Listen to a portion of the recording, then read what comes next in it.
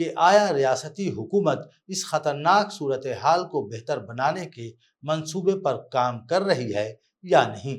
پرانے شہر میں فائر اسٹیشنز کے لیے زمین کی شدید قلت نے فائر ڈپارٹمنٹ کو ایک ایسے بحران سے دوچار کر دیا ہے جہاں قیمتی جانوں اور املاک کے تحفظ کے لیے مختص گاڑیاں ہزاروں میٹر دور کھڑی رہتی ہیں۔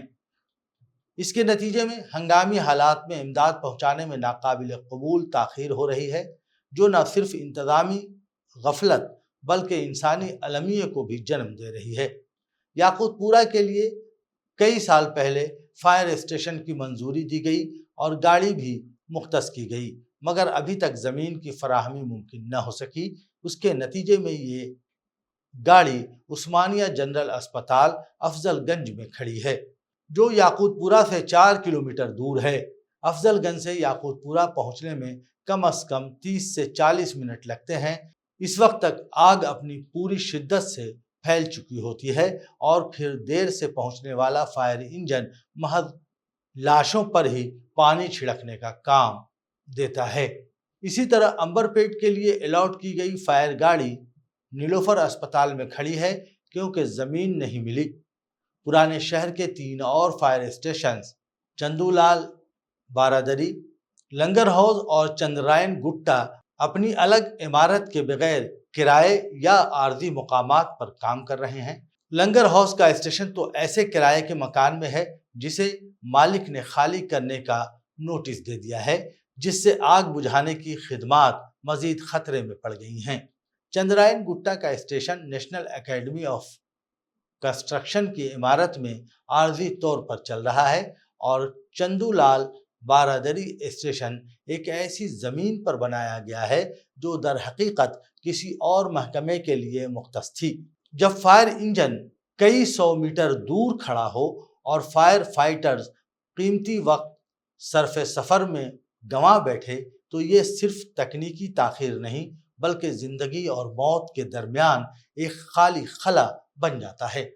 اس خلا کی قیمت وہ عام شہری چکاتے ہیں جنہیں نہ بر وقت امداد ملتی ہے اور نہ ہی مستقبل کے لیے کوئی اطمینان بخش یقین دہانی۔ آگ بجھانے کا نظام صرف ایک محکمہ نہیں بلکہ یہ اس ریاستی عزم کی علامت ہونا چاہیے جو اپنے شہریوں کی سلامتی کو اولین ترجیح دیتا ہو۔ مگر یہاں معاملہ الٹا ہے، جہاں آگ بجھانے والے خود نظام کی لاپرواہی سے جھلس رہے ہیں۔ پرانے شہر میں فائر بریگیڈ کے لیے زمین نہ ہونا محض انتظامی ناکامی نہیں بلکہ یہ ایک المناک نشانی ہے کہ ہماری حکومت جانوں کی حفاظت کو کس حد تک نظر انداز کر رہی ہے۔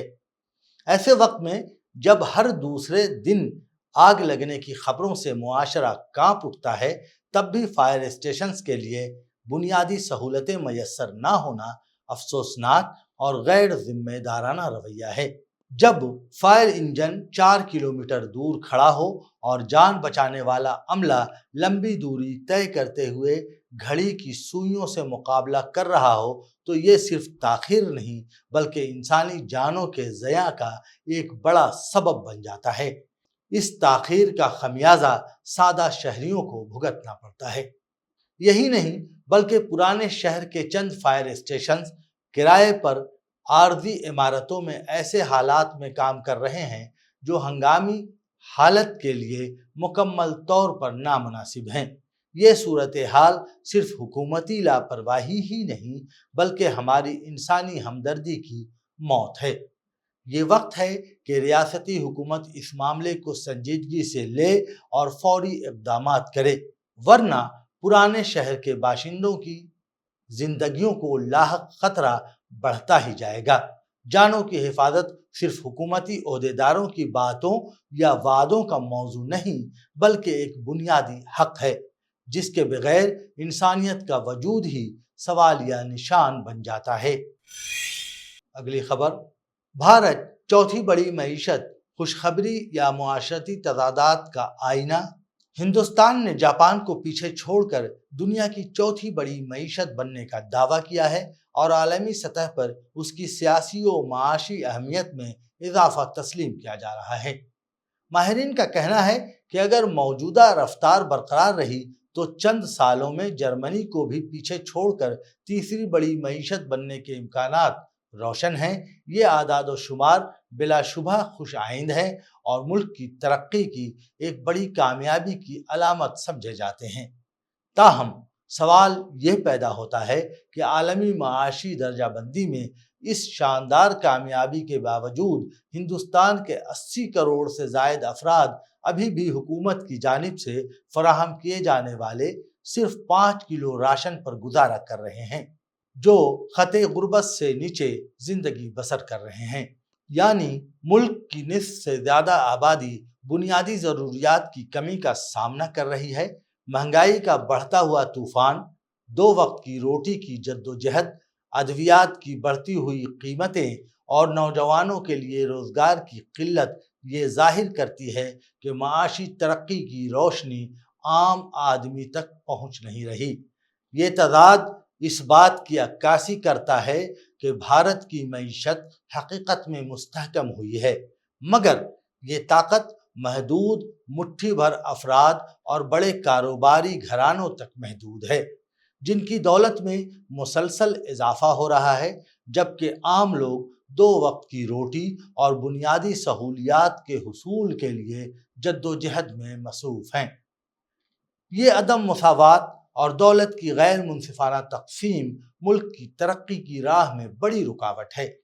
ملک کی معیشت کو حقیقی معنوں میں مضبوط بنانے کے لیے ضروری ہے کہ دولت کی تقسیم کا ایسا نظام قائم کیا جائے جو ہر شہری کو ترقی کے ثمرات میں حصہ دار بنائے، غربت کا خاتمہ کرے اور عوام کو محض راشن پر انحصار کرنے پر مجبور نہ کرے۔